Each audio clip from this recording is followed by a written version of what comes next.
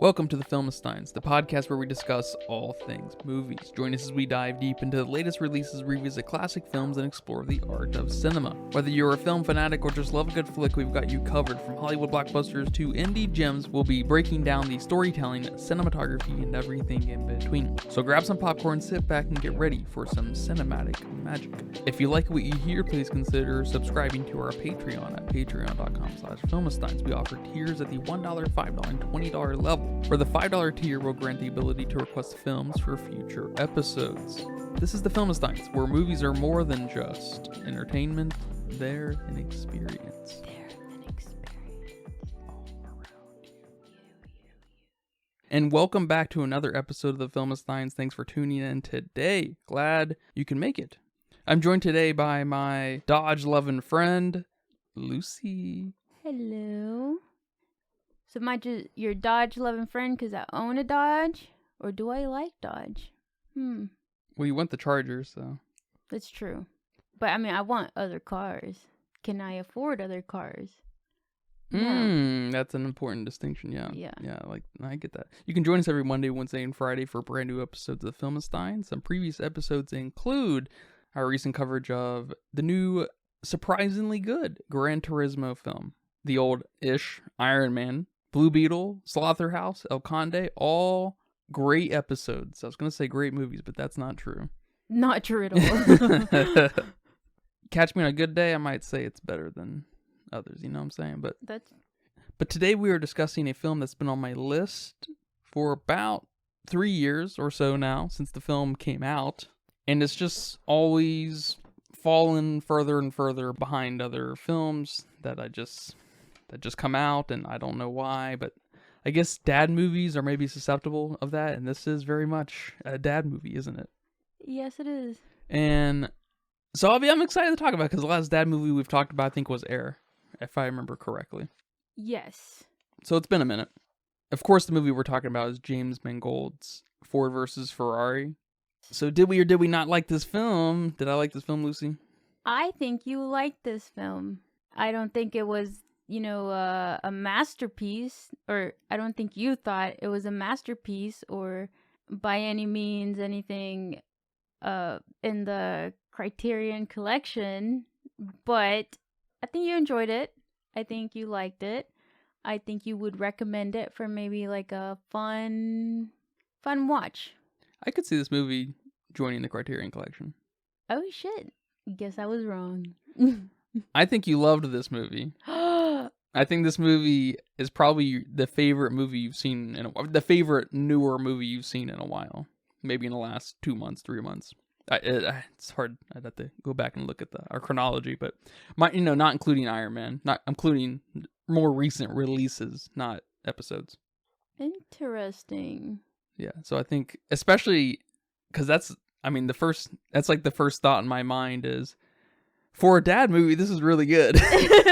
That's what I'm thinking after watching this. And I feel like you're probably feeling something similar. Yes. Even the dad bits were okay. They were good. So, I wanted to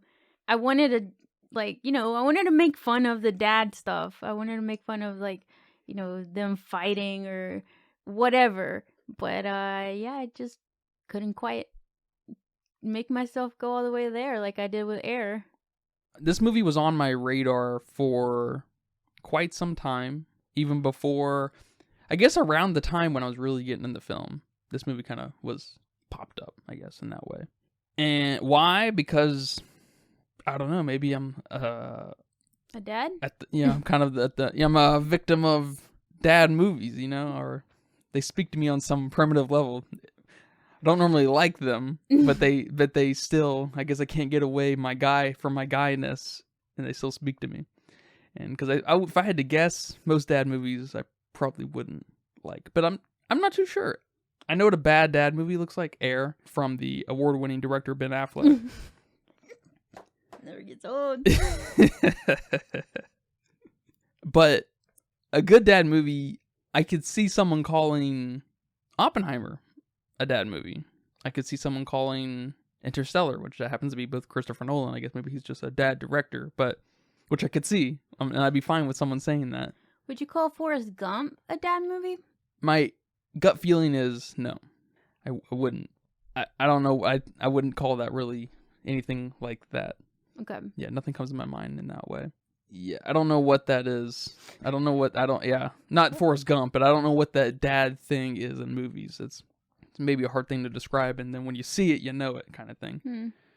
But I just wanted to mention James Mangold and, give him a shout out for sure, because he's got some heavy hitters. Girl Interrupted, of course, probably next to this, probably his most applauded, right? Wait, that's a movie? Mm-hmm. That's a book too, I think. I've read the book. Yeah. And I think that's where Winona Ryder got her love from. That and Beetlejuice. Pretty sure those were the two films. And of course, the Joaquin Phoenix Walk the Line, which is funny because I was thinking every time when I see Christian Bale, I always think Joaquin Phoenix because they seem to be kind of similar actors and how they abuse their bodies and how they really seem to just live in a role. I don't know if they're method actors or whatever, but they seem to embody characters unlike any other actor, or because they're just on their own playing field. And I typically like Joaquin a little more because he's in stranger films, and Christian Bale tends to be in a little bit more of your I don't want to say commercial, but leans a little bit more into that. Yes, I guess a couple commercial films like Thor, Love and Thunder. I don't know how we're mentioning he's in that. Thor? I think we mentioned that last episode too. Yeah, he's the bad guy in the most recent Thor film. Because of the dad from our Gran Turismo episode, right? The dad was in Thor. That's right. And then Iron Man, we probably mentioned that too in Iron Man. Yeah, so. Thor's getting way too much love in the last few episodes. Yeah, fuck that. So he does kind of land in certain places that I'm just not going to gravitate towards. Like the closest thing as far as commercial Christian Bale we get that I'm going to investigate is the Batman films, because he's Batman. Do you know that?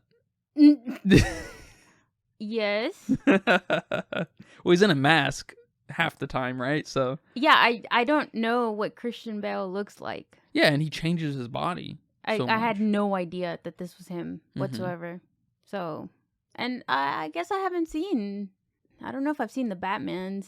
I know I've seen the Dark Knight. That's the middle one, I think. With the Joker or Bane? With the Joker. That's the middle one. Is Christian Bale in that? He's Batman, so yeah.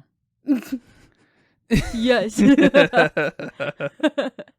Okay, I've seen that, but it's been a while.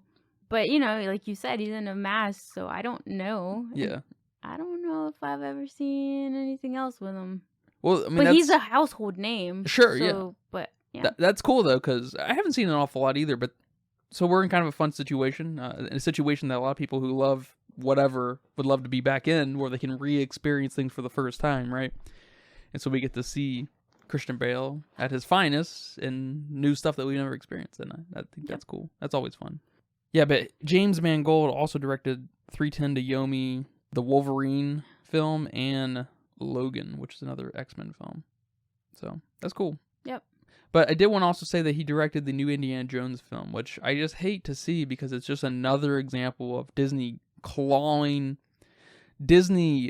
taking, great directors, notable directors hostage to make them content, really, because they don't make fucking movies or film or TV shows or anything. They make content, and it's just he's just another victim of being Disneyfied and being forced to work for the man.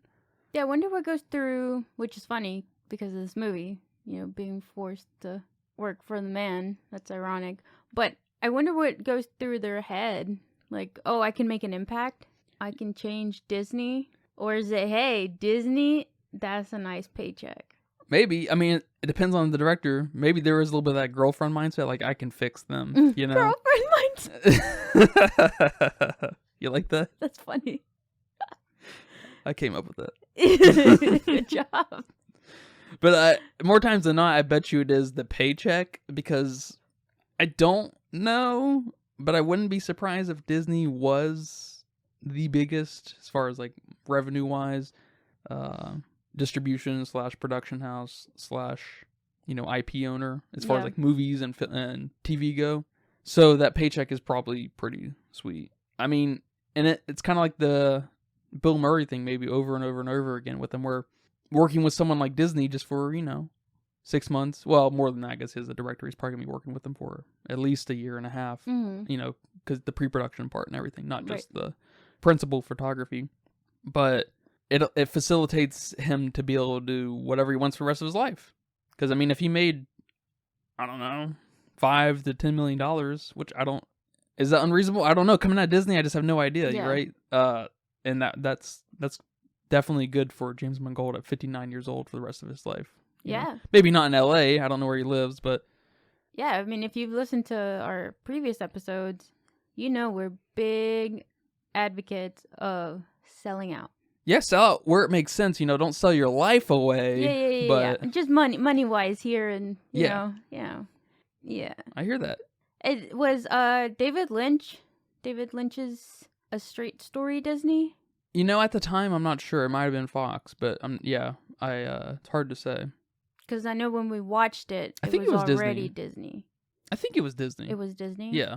Interesting. Because he likes to look back on that, kind of saying that it's the strangest film he's made. That's the strangest film he's made? Yes, it is. Hell no. Get him up here. And that's the only... I know people try to grill David Lynch constantly when he's public. And it's because he's a very elusive, secretive, mysterious director, right? Yes. In every sense of the words. And that's very cool. I like that. I think it's very classic. It feels very classic, at least. I wasn't around 100 years ago when they were making films, so I don't know if that was just the thing. I don't know. He feels like a very classic director, though, so. Yeah, in that way. It says here in Wiki that it was released by Buena Vista Pictures under the Walt Disney Pictures banner. Okay. Not sure what that means. So that's just a subsidiary. I don't even know. Buena Vista may not even be around anymore. It doesn't look like it. It probably got folded into Tombstone or something like that. One of their other subsidiaries. Yeah, Walt Disney Studios Motion Pictures, previously known as Buena Vista Pictures. So I don't know. There's a whole thing here. That's interesting. Okay.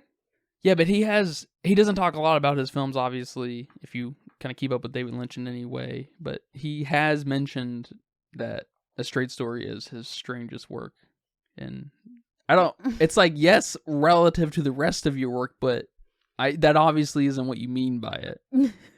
And I like that. I like that film a lot. It's kind of a combination of The Elephant Man and the Nick Cage David Lynch film. What's that film called? Wild Hearts or something like that. Yeah, whatever. Something like that. But yeah. So I hate to see that James Mangold is just another body taken by Disney, but he probably did make a pretty penny on that. Mm-hmm. Even though Indiana Jones was a huge bust. I think it's been the biggest bust of the year. I think it. Oh. If I remember, it might be the second biggest Disney bust of all time after John Carter, the Mars movie. That was a pretty big bust, I think. The what movie? John Carter. Oh, and Tomorrowland. I don't even know. There's a lot of big Disney busts out there. Okay. That's not even worth really mentioning, but. That's interesting. I don't know if I'll quite say that sucks that he did that, but I'd be interested to know how many great directors have done Disney work. And really only the last 15 years too, because pre-modern Disney, right? Kevin Feige kind of stuff. There was a really important heyday of Disney during the 90s and stuff with animation just in general. Because I mean it's kind of unbelievable. Their 10-year track record right there was unlike any other track record in movie history. And so maybe it makes sense to be in the position they're in now because they had such a remarkable time, historical time. Now they're in a historically bad time. So maybe there's kind of a equilibrium thing happening there. Yeah. In the grand scheme of the universe. You know what I'm saying? Yep. Ford versus Ferrari. I am very pleasantly surprised, sort of surprised. I kind of thought it would be good. I was like, this is probably pretty good, I didn't think it was going to be good. You didn't? Based off the title. The title, okay. Yes. At what point did you know this movie was on a different level? Not on your basic movie fare level. Let me see. I mean, it really didn't take much. you see Matt Damon and you're like, okay, interesting. He's not really in a lot of bad things. He's in a lot of dad films. I guess maybe I'm a dad too, because I think he's in. I'm blanking right now on the films he's in. The Martian. I love The Martian. It's a dope ass movie. Is that a dad movie? I don't know. It doesn't. That is such a dad Is it? movie. Oh, okay. I think so. You know what defines a dad movie? Or part of the definition of a dad movie? Loving the craft, the character loving the craft, and working hard. If you have that happening in that movie, there's a good sign it's a dad movie. Something like that. Yes. And of course, that's a Matt Damon hallmark, I see that. Okay. Yeah, probably when I saw him, I'm like, okay, we're going somewhere. And I didn't know Christian Bale was who he was, but I think he did a phenomenal job in this film. So him just kind of being weird. I was going to say in the introduction scene, but no, that's not. And the scene I'm talking about is when he's hammering his trunk in. But that's not when we first see him. We see him first when he's working at his garage, which that whole interaction right there for me was kind of off. But then after that, in the scene where he's hammering his trunk closed and he has that race, then I guess from there, for me, it immediately went up. Yeah, I think they do a really good job making you ask the question, who is this guy, when he's in the garage. I think they do a really good job with that because they don't really give you a good taste of his character other than his... It's like a gatekeepy kind of attitude of, you need to understand the car to be able to drive the car kind of thing. And so it comes off a little like... It just makes you ask the question, who is this guy? Which is, I think, very cool. Did you ask that question? Did you get that sense? Yes. I'm trying to think if he did anything violent in that scene. Did he throw something? Or was he just like, dude, you need to, drive your fast car like a fast car, and then... Yeah, nothing violent. The dude left. I thought some interaction happened there, but... He was just kind of, in quotes, rude about, him not... But he was like happy rude. So he's not a mean person. Like, okay, we're not supposed to like him. No, he's not that kind of rude. He's like a smart ass. Yeah, he was being a smart ass. Exactly. Okay, yeah. But I guess immediately after that, this film pretty much was pretty good. Yeah, I think Christian Bale... I think this may be one of Christian Bale's best performances. I mean, I think he did a great job of being Ken. What's his name? Ken Miles? Yeah. What do you think about the similar kind of character parallels we had with Gran Turismo and this? I thought that was kind of funny.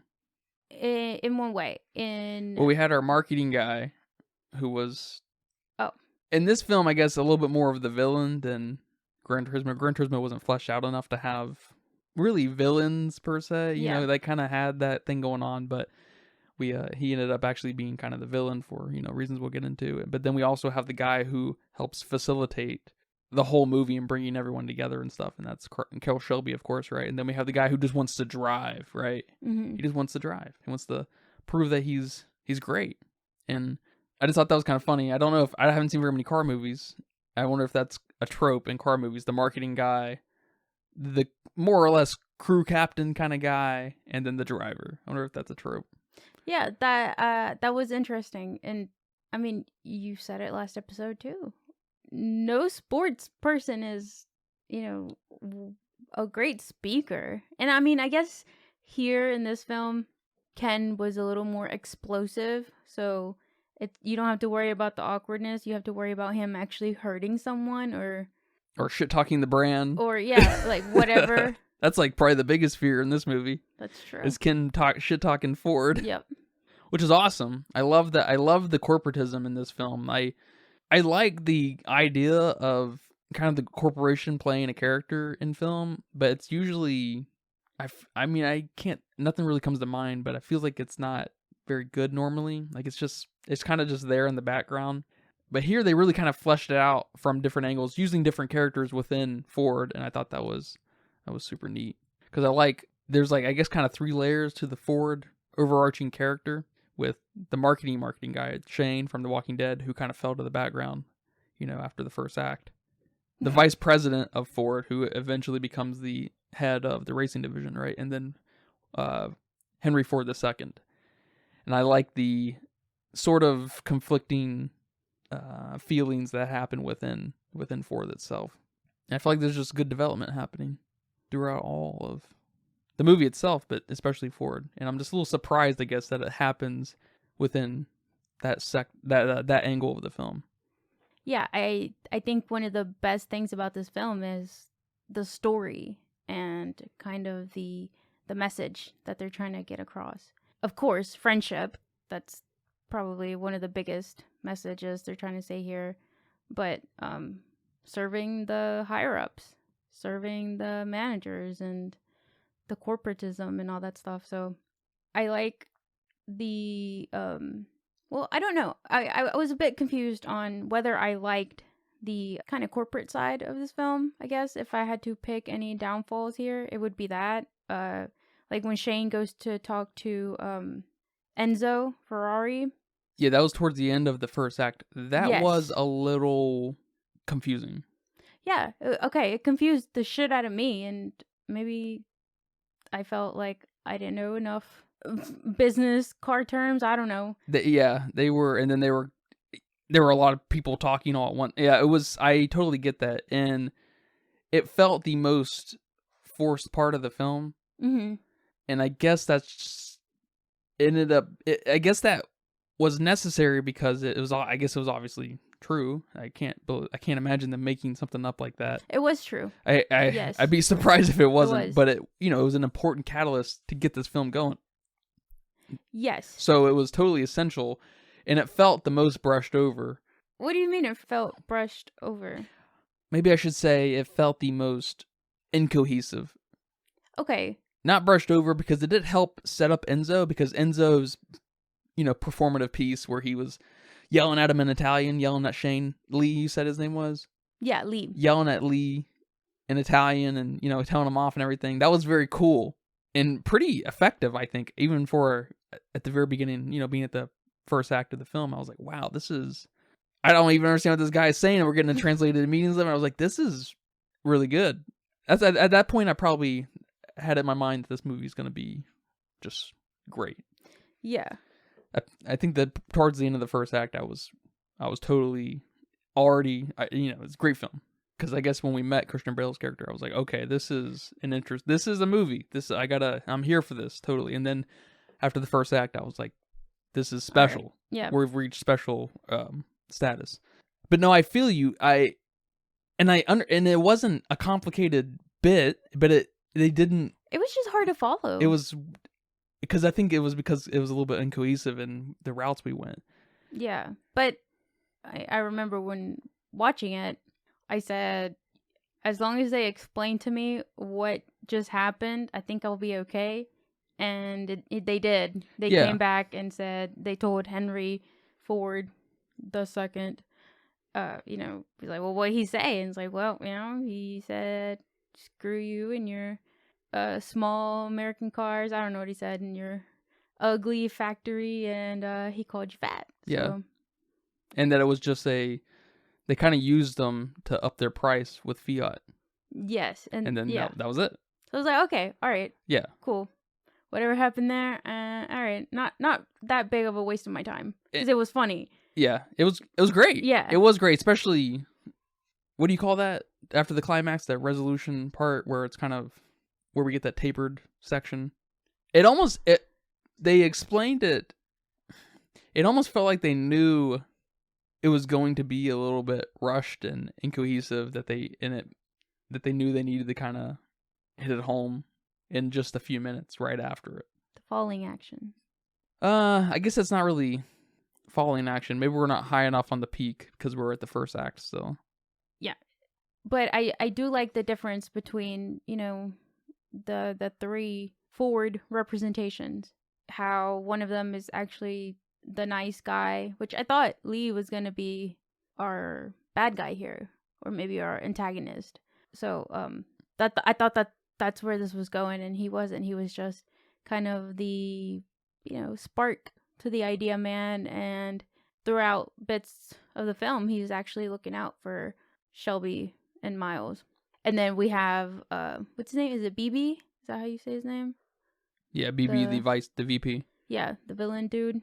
We have him, which, oh my god, I can't remember the last time I watched a film and actually hated a person so much. I can't remember that. Yeah, they gave him a stupid ass haircut and everything. Yup, they sure did. They gave him everything stupid. That's funny, isn't it? By the end of the film, I was livid. So I like that. And they didn't let up on it. No. All the way to the end, they didn't let up on it. It's just like, god damn, this dude is an actual villain. Like, oh, I hate this guy so much. Yeah. And then we have Henry Ford. What do you think of him? I think he did a great job. I think he did awesome. I feel like he gave probably the most nuanced performance out of all the other characters, which I think is very interesting because I think nuanced performances are just extremely hard to pull off and even harder to have hold up next to people like Matt Damon and Christian Bale. Yeah. Especially Christian Bale characters who are typically loud and just colorful characters, right? And we get another one here. But his like slow, convincing, real kind of methodical, cadence about what he talks, where he sits, how he looks, to him getting in the car and, getting like just totally put on his head, and it's just hard to read him and stuff. And then it's like a combination of, it reminds me of that.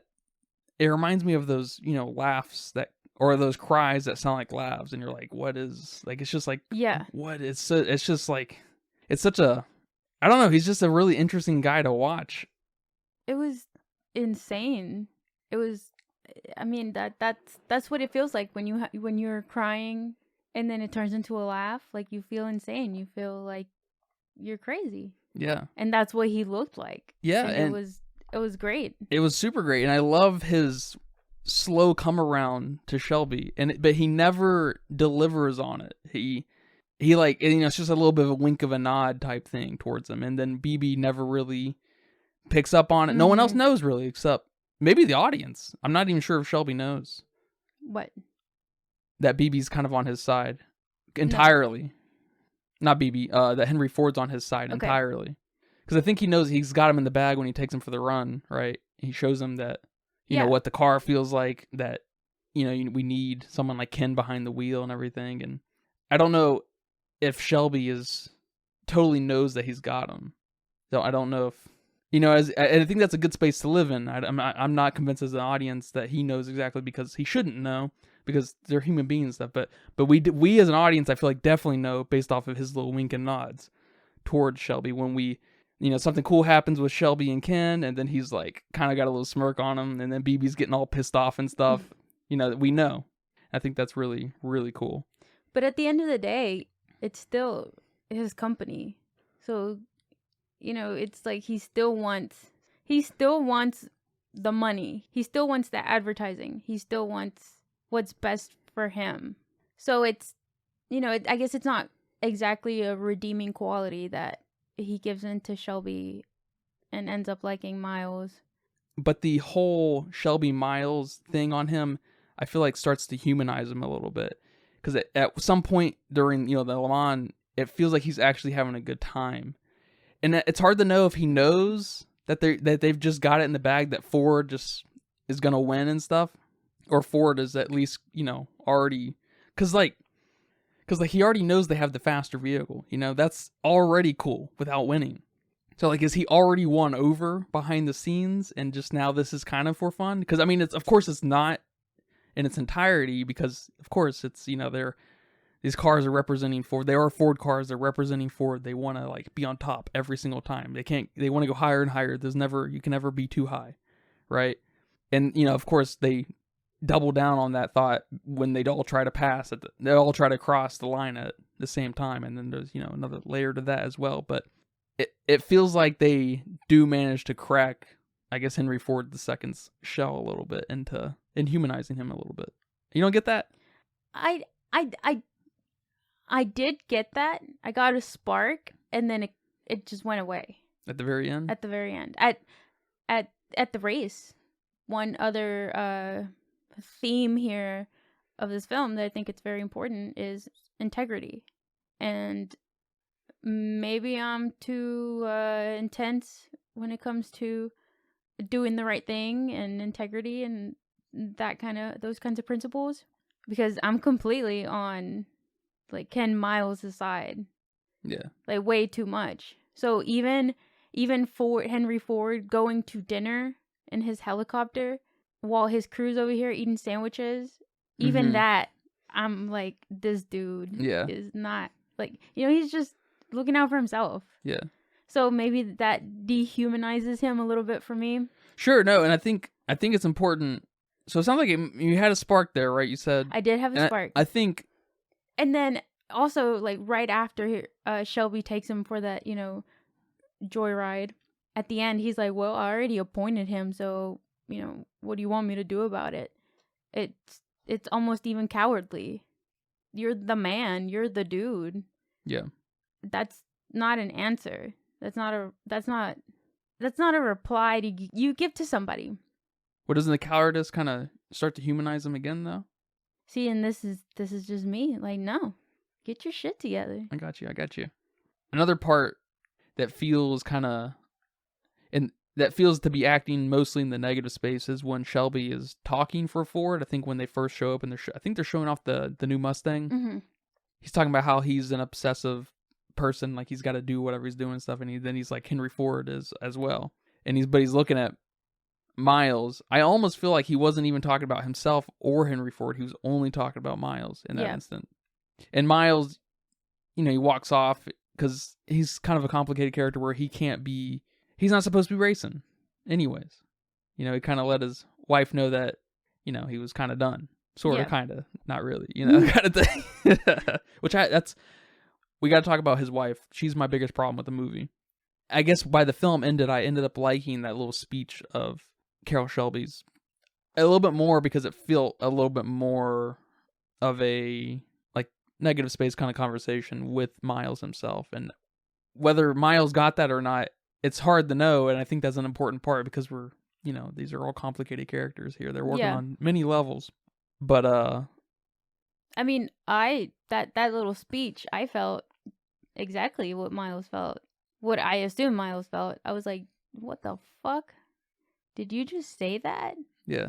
But that's kind of an echo of what happens at the very end where, it kind of upsets him a little bit. He just walks away. He's not really that upset, but we kind of see that happen at the very end of the Le Mans where he's like, they want you to all the Ford GTs to cross the finish line at the same time. Yeah.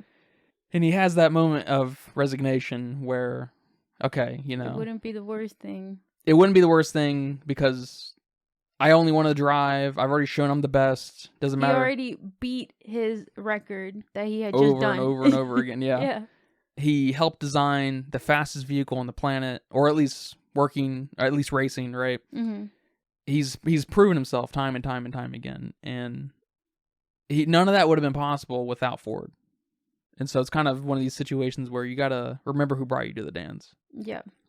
Can't just start breakdancing by yourself, all the time. You gotta at least leave with the person who brought you, right? You like that analogy? I love that. I like that. And so it humbles him in a funny way. It's like, okay, he's kind of working for the man all of a sudden, but he wouldn't be there without the man. Dang. So it's an important part, and I like that a lot. And he struggles with that. He struggles with that big time. Yeah, that right there gave me goosebumps. Yeah, it's good. His realization that, he's like, okay, all right. That's good. I was like, damn, even I can't do that. Another part I liked that was very similar to that is when Carroll basically fired him, right? And was like, we can't, they're going with the other guys. And he was just like, so, like, in the most gentle way, upset. And then he still, like, gave them tips. Yeah, he's like, make sure that they don't overheat the whatever box. It's just like, oh my God, dude. That's crazy. Like, you're such a good, hearted person. Because in that instance, the man's telling him no, but he's still kind of trying to help the man just because he's a decent person. Yeah. It's so good. It's good on from many different angles. We were kind of talking about this with Iron Man being such a kind of a tightly woven story, and this has got very, that's just good writing, good story writing. Yeah. So, we'll see that here a bunch over time, right? It's just unbelievable when you have it's just unbelievable. It's just unbelievable. It's so unbelievable. I can't even say anything. I don't know. I'm at a loss for words. But it's so crazy when you have someone like Christian Bale give such a great performance too. It really is. Mm-hmm. This is probably, I know this movie didn't come out this year, but this is probably my favorite performance of the year that we watched. Maybe next to Joaquin Phoenix's Beau. Beau's Afraid? Yeah. Yeah, I'd have to think about that. Because right now I'm just blinking on everything I've watched. I know, right? But, yes, it was phenomenal. And, of course, I think he was the star of this film. But all the other actors also did a great job. Who do you think was the weakest here? It's not even fair to say. Probably the kid. Yeah. It's just not even fair to say. Because everyone else has on the same level. But the kid just, I don't know what it is about kids, but they just don't give great deliveries or something. Like, and he did get some good deliveries. He gave some good facial expressions, like when his dad fucking crashes and when other chaotic shit happens. But because I want to say maybe the mom, but I feel like the mom's a little bit a victim of A dad bad movie? setup. She's a little bit of a victim of a dad movie. Yeah. She doesn't get quite the setup we need. Mm-hmm. And she, especially the most, it's a funny part, but the most awkward part of the movie is when she starts speeding off in the car, and Christian Bale's like, he gives a great performance, and she's doing great too, but it's just, what happened? Yeah, it was off. They didn't give us enough between them that she was upset about him racing. I thought she wanted him to race. Yeah, because she was like, it's gonna kill you if you don't race. Like, wait, so now you don't want him racing? Yeah, like, you can't, if you're gonna be that kind of person, we need a couple more instances of that. If you're gonna go back and forth on that, because you seem to be head over heels with this guy no matter what the fuck he's doing, kind of thing. Like, you're along for the ride with this guy, ride or die. Yeah, because at first I thought she thought that he was cheating, but then she did see him leave with Shelby. So I was like, okay, maybe not, because, what would make her kind of react like this? And then when it's revealed that it's him racing, it's like, what? And then, at the end when he's like, okay, I'm going to make like $200 a day or whatever it was, and then she's cool with it. I'm like, okay, was she just stressed about money? I've been there doing crazy shit just because I'm so stressed about financial stuff. Is that what this was? Yeah. It just seemed weird. It was weird. It was totally off. I think it was a victim of being a dad movie in that instance. It's kind of funny. Everything else doesn't point to her doing something like this. Yeah. Even when they're out there fighting and she just pulls out a lawn chair and starts watching That's them. probably the most dad part of the movie. Yes. And she brings them Cokes. Yes. Get so us a beer. Stupid. So stupid. And then she comes and brings him lunch when she knows he's staying up listening to that race and he wasn't allowed to go to it. And, she turns it off to distract him and to make him feel better. So, yes, complete victim of a dad movie. Okay, I'm glad I wasn't the only one, because I was just like, what? What is this character? Yeah. Yes. Okay, good. I did like that we watched Gran Turismo before this and kind of have a little bit of a background on the race. That was completely coincidental. Yes. I'm going to tell you right now. The structure and these two stories, similar, right? Like what we've already talked about. And then happening on the Le Mans, and I was just like, my bad. I was like, I didn't mean for this to go like this. But it was so cool seeing it, kind of modern day in the 60s. Yeah, that was super cool. That was super cool. I was not expecting that. In France, this place, or the movie is called 1966 or whatever year. It was 1965, Le Mans. That's the name of the film. Okay, because I saw a movie poster that said, like, I think it was 66. Yeah. Le Mans 66. I was like, is that just the French version? That's the French version, yeah. Okay, that's cool. But I absolutely fucking loved that they showed the bit where they run to their cars. Because I know he said it. He's like, I gotta run to my car. They said it, and I was just like, what? Excuse me? I immediately was thinking, did they do that in Gran Turismo and they didn't show it? Like, do they still do that? I doubt it. No, they don't. Okay, they don't. Okay. I didn't look when they stopped, but they don't do it in modern time. That's hilarious. For safety reasons, as we probably saw in this film. That was the takeoff too. Yes. Was nuts. I couldn't believe that. That was awesome. That was awesome. I don't. That was so cool. That was not my favorite part of the movie, but it was fucking awesome. It's probably top 3 favorite parts. That's probably my favorite. What the fuck moment? Yeah.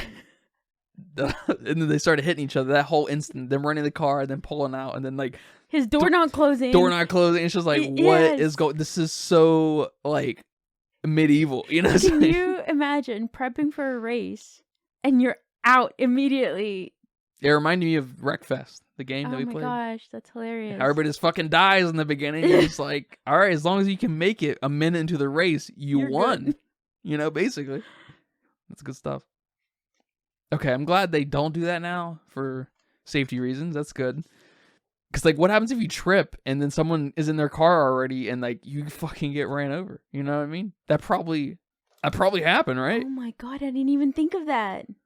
Yes. They're in the heat of the moment, probably, that I don't know if you can stop them so quickly, you know? Can you pull something? Jesus. That's crazy. That's cool. That was a very cool bit. There's a lot of cool bits in this movie. I can't. And watching modern movies about past events and, you know, like, especially before the 80s, it's pretty cool to me how they film those types of movies. You see you get what I'm trying to say? Like, where do they find the cars? Where do they find the outfits? Like, how do you know for sure that that's how it was? I mean, it's pretty cool. And I wish I knew enough about what products were where, when, and when they came out and all that stuff, so I could, you know, kind of Easter egg my way into these films. Yes. I just think it's so cool. Yeah, well, those people have full-time jobs doing that. I'll tell you that right now. There was a really... I wonder how much they get paid. Oh, man, they probably make $1,000 a day. Holy shit, I need to do that. That sounds fun. And they become specialists of maybe certain errors and stuff, and they get hired on for... Like, I'm pretty sure... I hope I'm not fucking this up. I think The Great Gatsby had one of these people on who wasn't very good at their job. And they mistakenly, not stylistically, they mistakenly included certain headpieces or hairstyles or something, and they got called out big time. Oh no! Yeah, I'm pretty sure that's the movie. So there's this stuff happens, right? Yes. Especially in a movie like that, like. Yes, that's based off the Depression. You know, like you have to get that right. And everybody's gaudy and like all dressed up and everything. And here it's a little more excusable. You can probably get away with a lot more because there's a lot of jeans and cargo and basic and blue collar shit. Mm-hmm. So the harder part is probably the cars. But then again, that's probably super easy for a film like this to get their hands on because all these car collectors all across the world, all these car museums and stuff. That's true. And then not to mention, cars are just studied so much, you know, it's like, it's probably one of, I mean, so is dress and everything and, 1920s, 30s, 50s aesthetics. But I think The Great Gatsby is a funny example of it going wrong and it causing a little bit of a controversy. But I'm sure it's one of many who have kind of dropped the ball on that.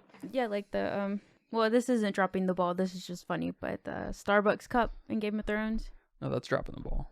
Well, they didn't put that in there intentionally thinking Starbucks is from, you know, this world. But that's hilarious.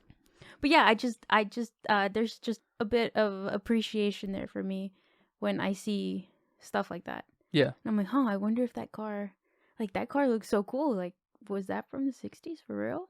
Or, which one? Yeah, I don't know. All I can't even name you. Yeah, probably all of them. I love the kind of the like, how would you say it? Like future retro look or whatever. Mhm. Like it's you know what I mean. Especially the Yes. Ferraris, they look very like Shelby's car. I don't know. Shelby's car. Yeah, Yeah, I don't know the Cobra. Yeah. Yeah, I mean it's got a similar kind of aesthetic and bubbliness and stuff. It looks like something that we imagine that they thought the future would look like in the 50s and stuff, and it's very Mhm. cool. Very cool. And like even with some of the product stuff, I don't know if you saw the big copper tone. Is it copper tone? The sunscreen with the little girl.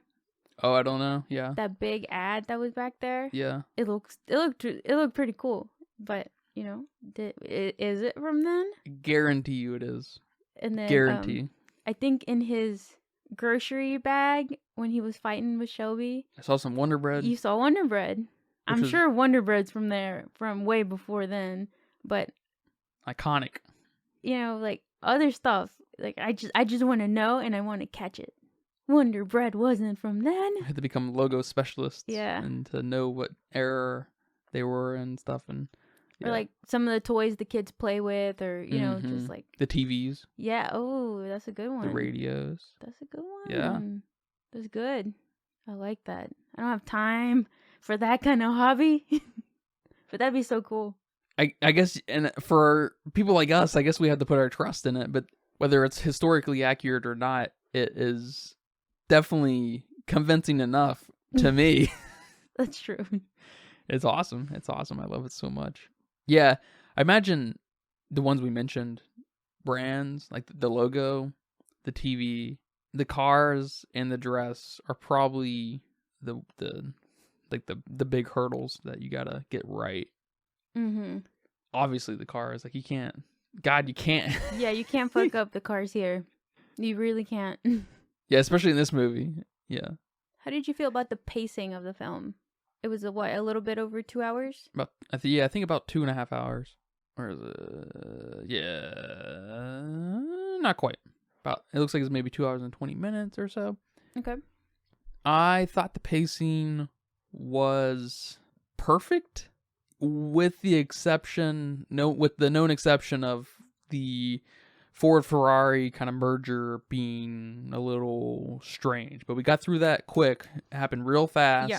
They didn't spend any time on it, and we got back to the meat of the story, because that was the fire. We can't get our stew cooking without the fire going, and so it was just a little bit of an awkward way to make a fire happening. But when the fire got going, it was really good, kind of thing. Because the Ferrari angle was really good. I liked the rivalry. I had no idea. Yes. I used to be into classic cars and stuff, and not to a crazy degree, because I probably would know about this, but I had no idea that this was a big deal. And I know that GT is in every single car game ever fucking made. That Ford GT is, I mean, probably top 5 most iconic sports cars ever made. And it's cool that, we kind of got a movie revolving around that conception. And the OG driver, basically, who I guess it was kind of designed for. It's very cool. And I even liked the tension between Carroll, Shelby, and Ford. And there seems to be a symbiotic relationship there. Or at least it's symbiotic when the film happens. But before this, it seems to be, Shelby seems to be buying Ford parts and engines or whatever. Mm-hmm. But it ends up being kind of a symbiotic relationship, because he facilitates the fastest Ford ever made, facilitates a major win, and so it's cool. I like that. I think Ford ends up buying Shelby at some point. Oh, really? Yeah. Okay. Which is just funny because it's kind of nodded here, because he's like, he puts it on the table a gamble. Yeah. Which was funny because you said that was a win-win situation. Yeah. I was like, it was. I guess you got to do what you got to do. You got to make them feel like it's a choice. Or it's like you got to make them feel like, what do you want to win so I can have this? But back to the pacing a little bit. I don't know how I felt about the pacing. I didn't get, anxious like Batman. Of course, that's my go-to anxiety movie now. And it didn't quite feel so natural watching for that long time. Like, the 2005 Jack Black King Kong movie, I could watch and not feel the time whatsoever. over and over and over again. But something about the pacing here I didn't quite like, but I can't tell where. And I also don't know if I got enough racing. It was like car testing and then the one final race. Yeah, we didn't get a lot of proper racing. That's true for sure. Yeah, it was definitely more of Ken's story. Yes. Versus like the Gran Turismo movie was more of, it was Jan's story, but his story was just from gamer to race car driver. There was no character there. Mm-hmm. And so that includes basically nothing but racing from game to road. Yeah. So I don't know if more racing was even applicable here. Yeah. And where would we have even put it in? Yeah, well, this is what the other side of that looks like. I feel like if you want a movie with character, that's the sacrifice you have to make. Yeah. Not a risk, sacrifice. Yes. And I think you can point at the very end to really confirm that, because we see a lot of the Le Mans race, but we focus on Ken driving probably what, a fourth of it, maybe a third, maybe. Mm-hmm. We're with Shelby or with Ken when he's talking to his wife or whoever. You know, Yeah. we get, so I think they kind of knew that we had to sacrifice a lot of the racing elements to help build character and help deliver on some setup and everything. So yeah, so not a lot of car action, not as much as you might like to see. Although you get to see like hyper realistic takes or hyper realistic, performative pieces of like cars exploding and hitting each other and like burning out and stuff and everything, because it's pretty chaotic. That was crazy. You got way more explosions and burnouts here than Gran Turismo. Yes. Oh my god, it was insane. Yeah. And I mean, and every time you're like, he's dead. Whoever's in the car, right? I think maybe that's what gave me the pacing issues, that I was waiting for him to die. Oh, there may have been a little bit of that. Yeah. And he wasn't dying, so I'm like, okay, I'm good.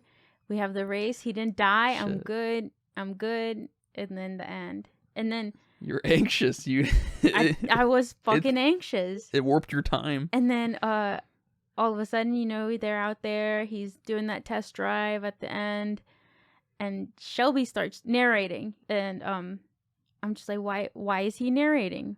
Why does he sound so sad narrating? And then his car fucking explodes. Well, I guess we see the brake. We see his face. We see he's not braking, which they set up, and we're waiting for the delivery on that the whole time. That is, see, I'm not saying you're feeling this way, but I can see that feeling like a pace issue, knowing that setup is there. Some people don't make it out of their car. It has to hammer the car shut. An echo from the very beginning, of course, too, with, trying to shut the trunk, which is beautiful layering. Cars exploding, ride or die brake kind of thing. The brakes kind of going bad or whatever was happening when they were going red. I guess deteriorating. Yeah. Yeah. The failing brake system, I guess. And then you're just like, when is this going to all meet? Yes. Because that's what, if we've learned anything from storytelling, especially in movies, that's happening. That's what good storytelling always ends with, is where all these other loose ends meet, and there's like always a fucking death, and they do it. And I could see that being. Yeah, because it just felt like a pacing issue, but I couldn't quite put my finger on it. But I think that's it. Yeah, I mean, I can't speak for you, but I definitely.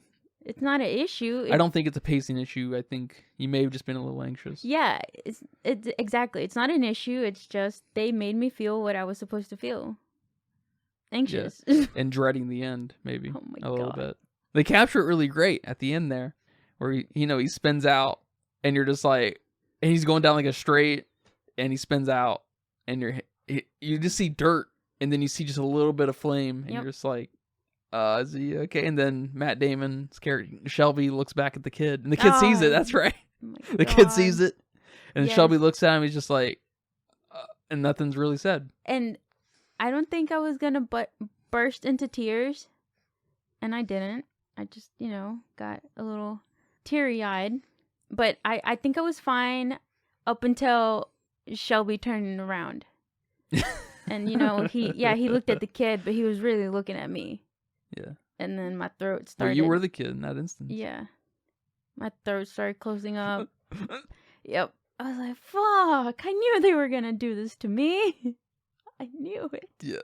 They can't. That was good. They can't. It was awesome. That was awesome. And then they linger on that note, which I feel like you don't see super often when you linger on such an earned death in a way. They earned it narratively, but Ken earned it himself by living life on the edge to the fullest and pushing and pushing and pushing, his love for these vehicles, right? Yeah. It was really ride or die for this guy. There's probably no better death for this man than bursting in the flames in a Ford GT. A car of partially his invention, right? Yeah, it's like that lady that we were reading about, or that you read about. The old lady? Yeah, the old lady that her last dying wish was to skydive, and she did it and died a few days later. That's kind of cool. And I think you said, oh, well, she didn't die from the skydiving. It's kind of like that. Like, she probably would have loved to die from the skydiving. Yeah. The guy holding her as they skydive probably wouldn't. Oh my God, he'd be traumatized. Yeah. I'd be traumatized. Yeah. I get traumatized from, squishing bugs sometimes. Yeah. I feel so bad. I'm like, damn, they weren't doing nothing to me. Yep. I thought I was throwing out a dead bird today out the door, but it flew away. Good. And they linger on it through Shelby, right? We see him in his office selling cars, and the death of Ken kind of puts his world upside down. Like, what is even life? What is even, like, what am I doing with anything anymore? Which is so hilarious, the melodrama. I loved it. It's great. No, we absolutely need it. And it's, they revolutionized American manufacturing, right? They, to this day, apparently, are responsible for the only American wins at the Le Mans. Yeah, which is fucking awesome and insane, and that's I can't even think of more words. It's so cool. But the end scene when Shelby's driving away after he had just given Peter, when he had just given Peter the bread. He had just given him the wrench. And he's driving off, and he drifts, and then that car is coming out. That was cool. I don't know, I guess it's just 5 seconds of ending, but I really like that bit. And I saw in an interview that was completely just random. Like, he didn't mean to drift, and he drifted, and then swerving the other car. He said it was just totally coincidental, and Matt Damon. And I thought that was cooler because that like, I don't know, that last bit stuck out to me, which I guess it did for them too, or they wouldn't have included that, but it just like shows you how distraught he is. And that almost made me cry too. That almost made you cry too? Yeah, sure did. When he put the sunglasses on right before he took off, I was thinking just something along the lines of, it kind of feeds into maybe the dad film thing where a man can't show his emotions like through his eyes. Oh my gosh. And then he popped his pills. That was funny. What were his pills? He had a heart condition. Oh, okay. I think in the beginning of the film he takes some too, because that's why he couldn't race anymore. He had a heart condition. Yeah, he takes them a couple times throughout. Yeah. Okay. And then Ken at some point is like, "You still taking those pills?" And so they were for his heart condition. He's like, "I like how they taste." He said something like that. What do you think about the wrench? That kind of was a through line. That was pretty sad. Yep. I like but as far as the interaction goes between Shelby and the kid, like at the end there. I like that. He didn't have the interaction with the mom, the wife. I like that it was with the kid. And when he gives the wrench to the kid says, "Hey, I remember that day." And he's like, "Is that the wrench he threw at you or something?" I don't know if I like that he said it, but I think it would have just been like more sad if he just would have said, "Oh, I remember that day" or something like that. I don't know. But maybe their goal is not to make me completely be depressed. So I don't know. It may have been nice to get a little more melodrama out of the kid, but like that probably would have been good. Mm-hmm. And then when he was holding the wrench and he's like, "Well, I gotta go. You know, my mom's calling me or whatever." And then I don't know if you saw that he like stumbled on his bike. That was funny. I don't know if that was on purpose. He like lost control of the handle for a bit and then he like saved it and kept riding his bike. Probably was not on purpose. You just, those little things are, and that might be part of a kid's performances that I don't typically like because they're so sterile.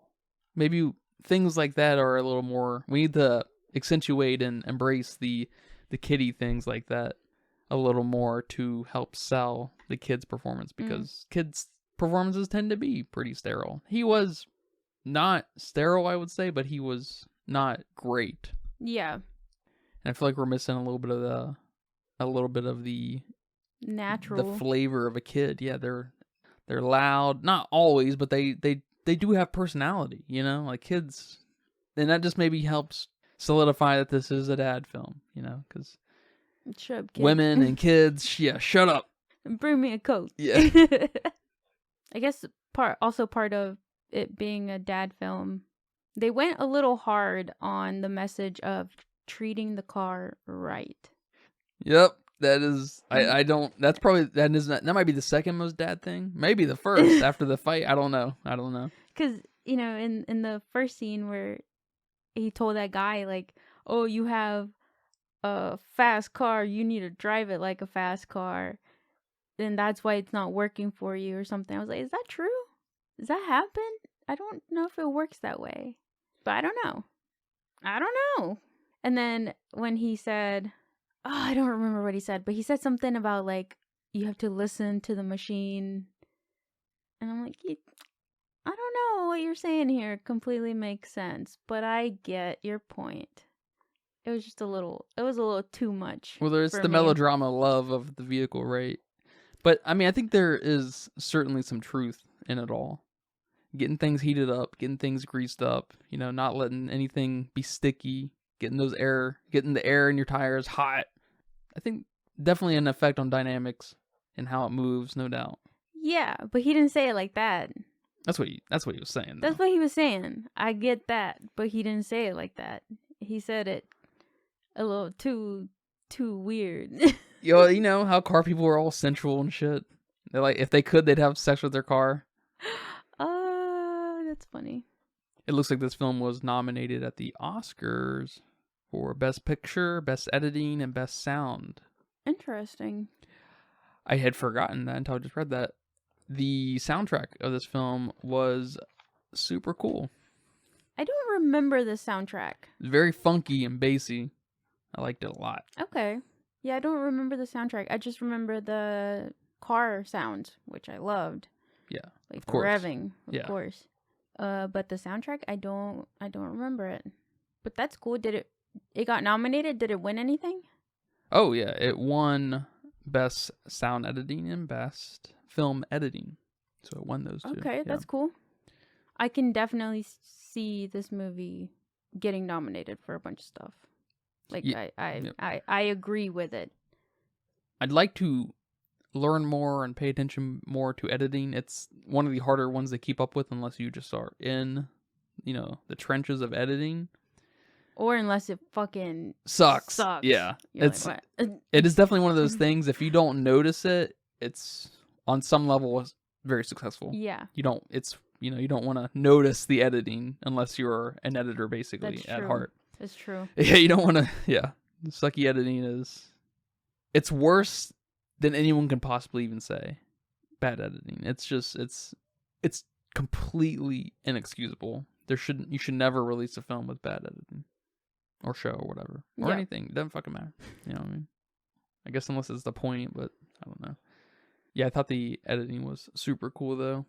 It's so hard to keep up though, because if you get, it's kind of that specific kind of part of filmmaking where you really gotta watch the film multiple times, you know, because the moment you get immersed and start losing attention of the editing and become immersed by the characters and just totally engaged, you're all of a sudden too deep into it to see the editing. Yep.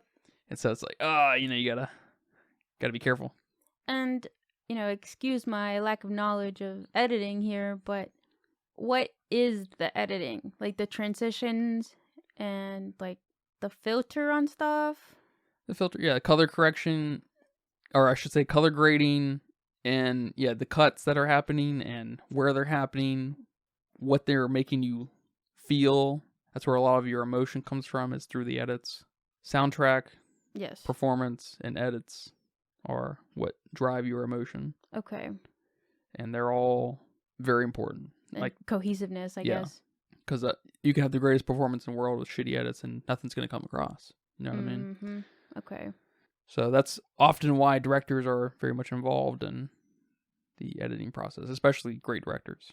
They're involved in it because they know the vision, They know the emotion that's supposed to be.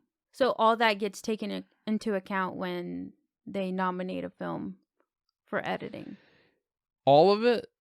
Or what? Or, yeah, what specifically gets taken into account? They're looking at color grading and the tightness of editing and how it makes you feel, yes, and also the cohesiveness and the sensibilities of it. Okay. Because if I'm looking at you, we have the camera between us and it's looking at me on its left.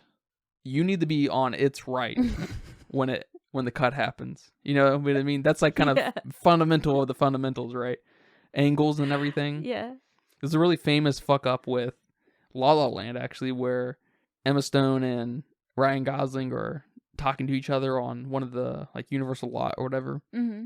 And they have these shots of looking at them straight on, back and forth. But I think there was behind the scenes maybe the next day they had to do a pickup or something like that. And I can't remember exactly what they did. I can't remember if they just fucked up Emma Stone's hair, they made it go the other way. Oh my gosh. Or something. I can't remember exactly, but I have to pull that up for you. Okay. But they ended up inverting her so what was wrong was right, and then there were some other little things that were wrong, but they just kept them because they were smaller and less noticeable. Oh, it was her. I think it was her line of sight. Her line of sight was fucked up. I think it was it was going to the left and they needed it to go to the right. And so her hair was fucked up. It was going the other way. That's funny. But her eyesight was right, because that is much more important than hair, hair or anything, because it makes it look like there's a third person there. Yeah. And that's way more noticeable than someone's hair. Yeah, because you're probably going to be looking at their mouth or their eyes or going between the two. Or their whole silhouette, so you're not noticing the hair. You're noticing she has hair, you notice the color, but you don't notice really the detail. Yeah. Oh, interesting. Okay. Stuff like that. So, but line of sight is the fundamental thing you got to get correct. And that's one reason, we went on and on about that with, 12 Angry Men, how fucking possible that film, obviously it happened, right? It's possible, but god damn. Are you joking me? Sitting around a table, up and down, walking around. Yeah. Holy shit. It gives me chills. Yeah. That was probably, I don't know if that won best editing, but it definitely should have.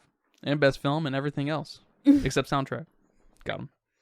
Got him. That was a shitty soundtrack. God damn, why do old movies have bad soundtracks? Did she come out with like in the Criterion Collection, some kind of revamped, renovated soundtrack? Yeah, that'd be sick. That'd be easy, right? I don't know. I would like to say so. Hopefully one day. It's just a soundtrack. Hopefully one day. And then you can, in games, they do stuff like that where they'll redo a soundtrack, and then you can bounce between the two. There's a little function where you can turn off and on the new one. Mm-hmm. Do that with movies. I could turn on subtitles. Why can't I turn on the new soundtrack? That's fucking true. That's all I'm saying.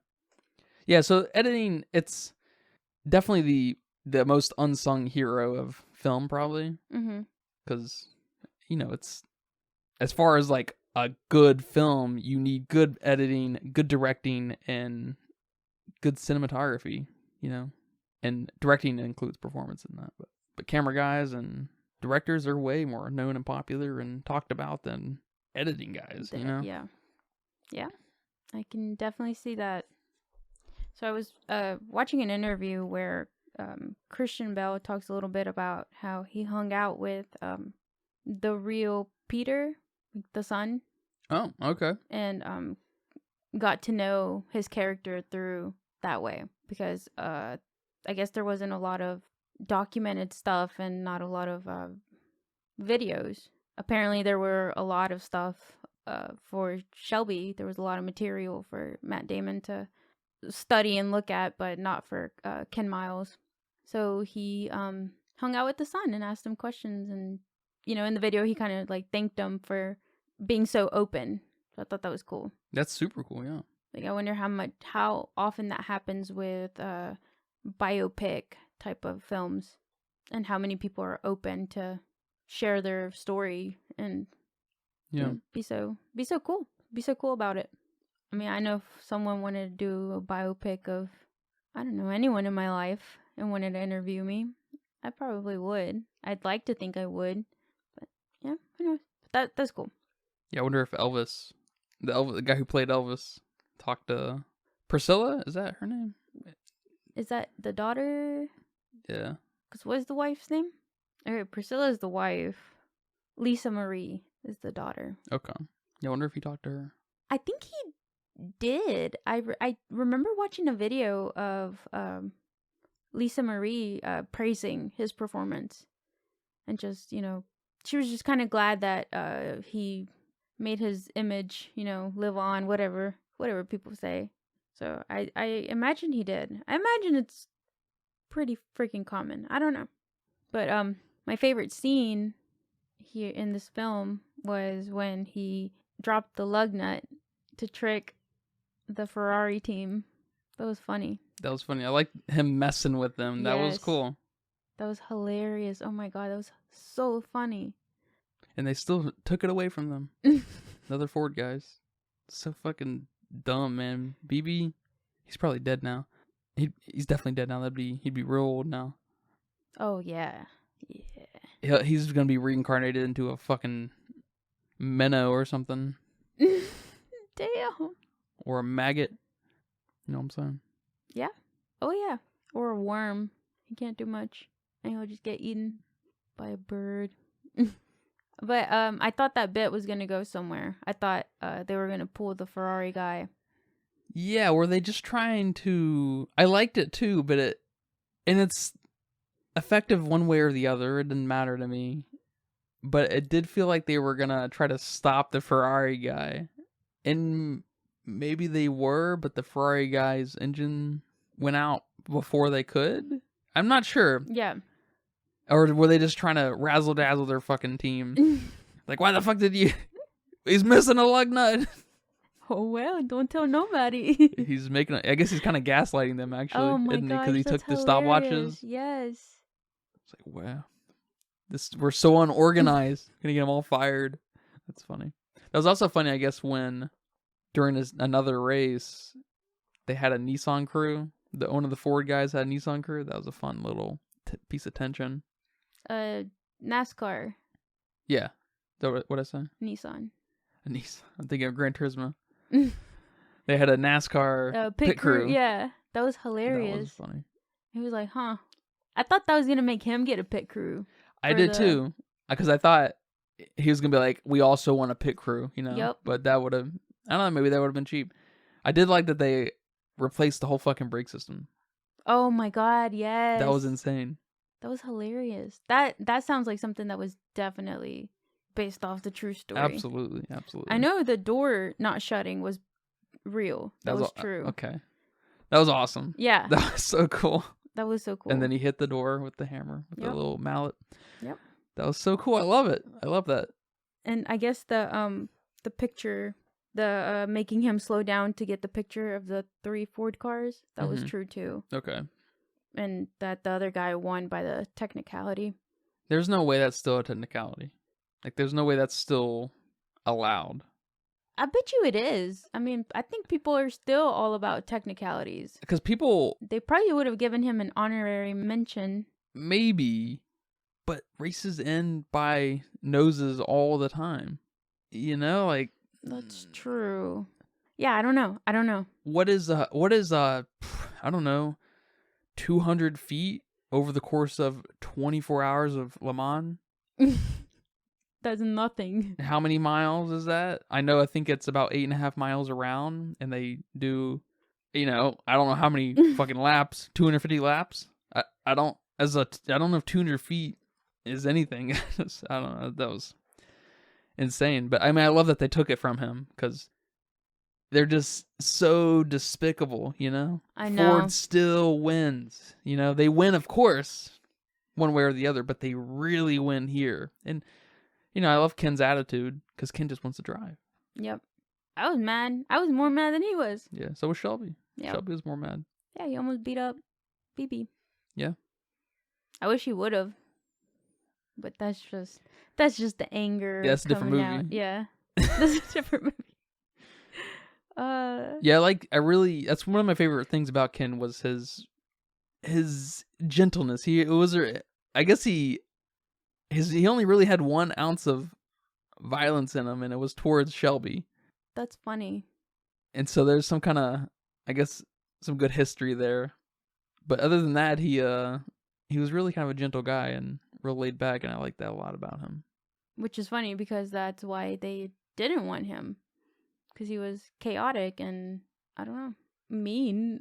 He's going to tell you how it is. He's going to tell you your Ford sucks. Exactly. And she did. We get that several times. I love that when he shit talks the Mustang. Yeah. What did he call it? I don't remember. A secretary's car. Damn. That's what he called it. That was awesome. Yeah, great film, man. All right, man. Well, I have been noticing that there are a lot of posters from different parts of the world and whatnot and everything. So I decided that we're just now going to decide which poster is our favorite. All right. Your favorite, my favorite. My favorite on IMDb is the Japanese version, where the car is facing to the right and the two guys our 2 guys are facing to the left. Okay, it looks like a lot of the international ones are like that. Or is that just me? Yeah. Because the Spanish one, I think it's Spanish, is like that. And then the French one is like that. So, okay. Yep. Yeah, versus the one where they're kind of facing the camera and then there's a crowd next to him to the right. I don't love that one. That's not a bad poster. But I don't love that one. But I really like the Japanese one. I like the composition of that just in general, but I like specifically the Japanese one because of the word versus word, or I guess Ford versus Ferrari, how it's laid out, kind of like a boxing match or something. Instead of the other ones are all Ford v Ferrari and all in one line. And I think that's very cool. And I love my weebiness might come out here, but I love kanji. I just love how it looks. I love how... You like what? Kanji. What is it, kanji? The Japanese symbols. Ah. So, which one is your favorite? I like that one too. You like that composition the best, right? Yeah, I like that one too. I like that it's, kind of drawn. It looks hand-drawn. It might be. People used to pay lots of money for drawn posters, but now they're all fucking composited with random screenshots that they put into an AI. Yeah. And will forever be that way now. I know, right? No going back now. But I also like that, we see the car he drove. Mm-hmm. So I really like this one. But for the other one, I do like that. I guess I do like that they're kind of just walking away from it. And I like that the Ford in blue, and then he's wearing that same blue. But then they didn't do anything with the red. So I wish they would have incorporated that somewhere if they were going to do that. But yeah, I enjoyed the same one you do. All right, man. Do you have any final thoughts for me? No final thoughts. No final thoughts. Do you have a budget guess for me? I do have a budget guess. What's your budget guess? Well, I went with 80. All right. And that's only based off the movie Gran we Turismo? just watched. And, just kind of upped it a little bit for the length. Okay. That makes sense. And maybe a little bit for the actors. Mm-hmm. And the amount of people. We had quite a few more people in this film. That's true. And, you know, quite a bit bigger sets too. yeah. And I imagine these bigger actors, I don't want to say bigger actors, but just more known I don't know. I imagine they have more stunt doubles. And require more on set just in general. Well, yeah, bigger actors than Gran Turismo? Yes. Oh, much bigger. Much bigger. These guys, yeah. Not even. I mean, yes. This is kind of the thing we've talked about before. Matt Damon and Christian Bale are S-level actors. All right. Orlando Bloom is A, and David Harbour is an A-level actor, and then Jan is he's a B-level actor probably. Ooh. Yeah. On the whole scale, you know, we got S to F, S, A, B, C, D, E, F. Oh, shit. We go all the way to F? Oh, yeah. Yeah. Jesus. I don't even... Maybe D. Did I say D, E, F? I don't know what you said. A, B, C. We'll go S, A, B, C, D. That's what we're going for. S, A, B, C, D. Got it. That's what we're doing. All right. So, yeah, I upped it up a little bit, but I'm surprised with these car films because I would imagine there are a lot more. I hear you. It says here that it was 79.6 million, so what? About almost 20 million off. Didn't you say Gran Turismo was 100 million? Yes. That would have been right on the money if you would have guessed that. Wait, it's what? 96.6 million. You said 79, or did I mishear you? I don't know. 97.6 million. That's what I Okay. meant to say. If I didn't. So, yeah. All right. So I you're thought off. you said 79. I was like, I'm right on the money, but no, I'm a little off the money. Yeah. Okay. All right. Still not too bad. Yeah, and it went on to make 225 million. Okay. So that's also in that range, you know, that just over double range. You're like, it's probably making money, probably made a good bit of money, a little bit of money. Not, you know, nothing crazy, but I'd imagine that did all right. Because advertising can cut into that, obviously, right? Mm-hmm. But I do not remember if it was advertised. I think Gran Turismo was more advertised than Ford versus Ferrari. Yeah, I don't remember seeing a lot about Ford versus Ferrari, but I had heard of it. Well, it was, Well, I guess I heard of it, but not enough to know, hey, that's that movie from, it's like Ford versus, what is that? Yeah. Have I heard that? So. Yeah, I got you. Thank you for watching that film. I feel like that's one of the best films we watched in a while. You like that film more than Iron Man? No. Okay. Mm-mm. But definitely probably the best. I like it more than Iron Man. Yeah. Take it back. I think it's just it's just working on a few more levels than Iron Man. Iron Man's a great film, no doubt. But if you like Iron Man more than this, there's absolutely nothing wrong with that. If you like Countdown more than this or something, or Blue Beetle, something's fucking wrong with you. You get your fucking head checked. Yeah, I think just Iron Man is just a tad bit more metal. Oh, it's because he's in a metal suit. What about the metal cars? I didn't get enough cars. Yeah. I feel like we did. You feel like we got enough cars? I feel like we didn't get enough racing, I guess. Oh, just not cars. Yeah, I mean, I guess it's maybe too early to say. I've only seen a couple car movies really, but racing might tap into the fighting thing that I don't want an awful lot of. I want it to be very sensible and used very conservatively. You know, less is more kind of thing. I want more character and stuff, and I mean, there's nothing wrong with that. You know, there are some exceptions. Love John Wick and everything, but for a variety of reasons, go check out our podcast.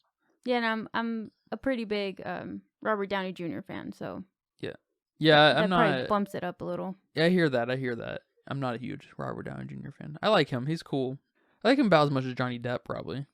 Good. Maybe I like Johnny Depp a little more just because I like Pirates of the Caribbean quite a bit. I like his character in that, and I like some of his other characters. I feel like he's kind of a cheap Christian Bale, Johnny Depp. Damn. Even though he's probably more expensive, but he's not as good as Christian Bale. Yeah, man. Thank you for watching this film with me. You're welcome. And thank you guys for listening to this episode of the Filmsteins. You can catch us every Monday and Wednesday. On Friday, go check out our YouTube. Leave nice reviews, comments. Go to our Patreon. Write some concerns, thoughts, ideas, questions, inquiries, complaints. really care, whatever you want to write in there. Sure. If you want a journal on there? Sure. Yeah. I'll read them on the air. Mm-hmm. I'll read your problems on the air. Yeah. Yeah. But until next time, take care. Bye-bye. Bye-bye. And that's a wrap for today's episode of the Filmistines. Thanks for tuning in and joining us on our cinematic journey. We hope you enjoyed our discussion and gained some new insights and perspectives on the world of movies. Don't forget to subscribe to our podcast on your favorite platform, especially Patreon at patreon.com/Filmistines, and follow us on social media for more film-related content. We love hearing from our listeners, so if you have any feedback, suggestions, movie recommendations, or book recommendations, please feel free to reach out to us. Until next time, keep watching and keep loving the magic of movies. This is the Filmistines, signing off.